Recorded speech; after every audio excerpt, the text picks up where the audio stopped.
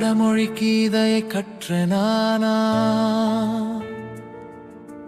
தலைக்கணம் தானும் கொண்டாள். கீதையின் ஸ்லோகம் பொருள் அனைத்தும் தனக்கே தெரியும் என்றார். சாயின் காலை பிடித்து விட்டேன் நானா தனக்குள் முணுமுணுத்தார். உனக்குள் என்ன பேசுகிறாய் என்று சாயும் கேட்டிடவே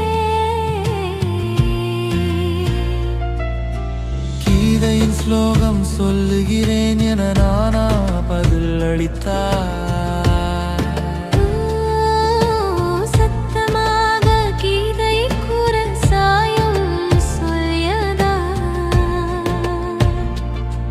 நானா கீதை சொல்லியதும் அதன் அர்த்தம் சாய் கேட்டார். குருவிடம் கேட்டும் பணிவிடை செய்தும் ஞானத்தை பெற வேண்டும்.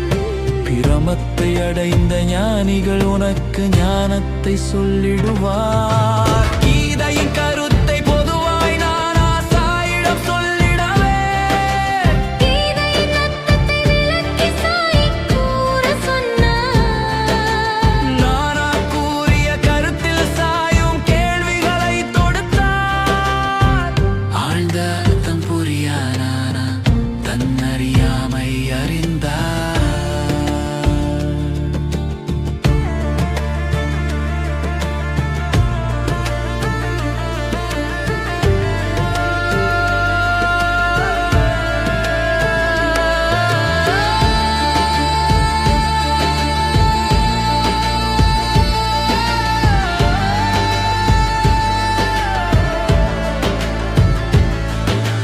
குருவிடம் நாமும் முழுவதுமாய் நம்மை ஒப்படைக்க வேண்டும்.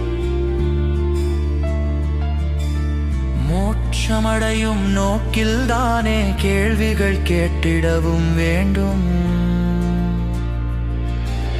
குருவிற்கு சேவை செய்வதற்கே இந்த உடல் என்று அழிய வேண்டும்.